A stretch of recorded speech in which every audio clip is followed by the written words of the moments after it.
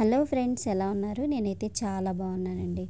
ఈరోజు నా చిన్న పూజ గది చూపిస్తాను. పూజ గది అంటే పూజ గది కాదండి, ఒక చిన్న కిటికీ దగ్గర పూజ గదిలాగా ఏర్పాటు చేసుకున్నాను.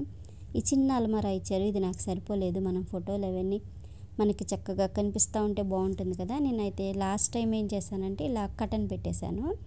కటన్ పెట్టి ఇలా నెమలికలని ఇలా ప్లాస్టిక్ ఫ్లవర్స్ అని అరేంజ్ చేశాను. ఈసారి ఏం చేశానంటే అది తీసేసి శుభ్రంగా మట్టి పట్టింది, కాస్త మట్టి అంతా తుడిసేసుకున్నాను. ఇలాగా ఈ పక్కన అల్మారా చూసారా, అప్పటికప్పుడు పెట్టేస్తూ ఉంటాం కదా, ఏది వస్తే అది తీసుకెళ్ళి అక్కడ పెట్టేస్తూ ఉంటాము. కాకపోతే నీట్గా సర్దుకున్నాం అనుకోండి, అక్కడే ఉంటాయి. అయితే నేనేం చేశానంటే ఈ కిటికీకి జాకెట్ ముక్క ఉంటుంది కదా, మనకి శారీలో బ్లౌజ్ వస్తుంది కదా, అది కట్ చేసి ఇలాగా సెట్ చేశానండి.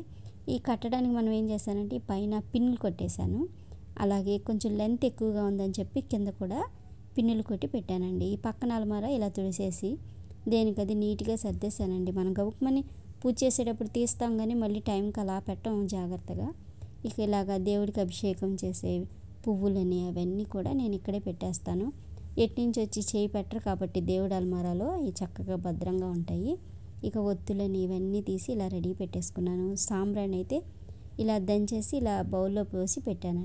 కుంకుమ అండి, కుంకుమ మనకి నిల్వ ఉండాలంటే ఒక 2 కర్పూరం బిళ్ళలు అందులో నలిపి వేసాం అనుకోండి, కర్పూరం వాసన వస్తూ ఉంటుంది. కుంకుమ కూడా పాడవదు, త్వరగా పురుగు పట్టదు.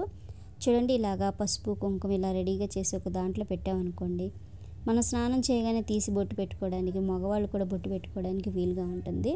ఇక దీన్ని తుడిసేసానండి. ఈ విధంగా తుడిసేసి దీన్ని తడిగుడ్డ పెట్టి తుడిసేసానండి. ఇది కూడా అమెజాన్లోనే ఇది కొన్నానండి. ఒక కాటన్ క్లాత్ తీసుకొని ఇలా తుడిసేసాను.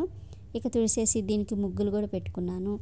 పసుపుతో ఓం కూడా రాసుకున్నానండి. ముగ్గు ఎలా పెట్టానో మీకు చెప్తాను. బియ్య పిండి ఉంటుంది కదా, మన ఇంట్లో బియ్య పిండి ఎప్పుడు రెడీగా ఉంటుంది. బియ్య పిండిని మిక్సీలో వేసేసుకొని కాస్త వాటర్ వేసి ఇలా పేస్ట్లా చేసేసుకొని ఇలా ముగ్గు వేసేయడమే. మీకు నచ్చినట్టు ముగ్గు వేసుకోండి, చిన్నగా వేసుకోండి, పెద్దగా వేసుకోండి. ఇక ఈ విధంగా ఇలాగా ఓం అని రాసేసాను. ఈ తొందరగా మనకు అయిపోవాలంటే ఇలా చిన్న చిన్నగా చేసి ఇలా రెడీ చేసి దేవుడి ఫోటోలు కూడా నీట్గా పెట్టేసి ఇలా పెట్టేశానండి. బొట్లు కూడా పెట్టేసి రెడీ చేసేసుకున్నాను. ఇక్కడ మ్యాట్ అని ఇక్కడ చూసారా, ఈ అలమార ఇందాక ఎలా ఉందో ఇప్పుడు ఇలా సర్దేసుకున్నాను.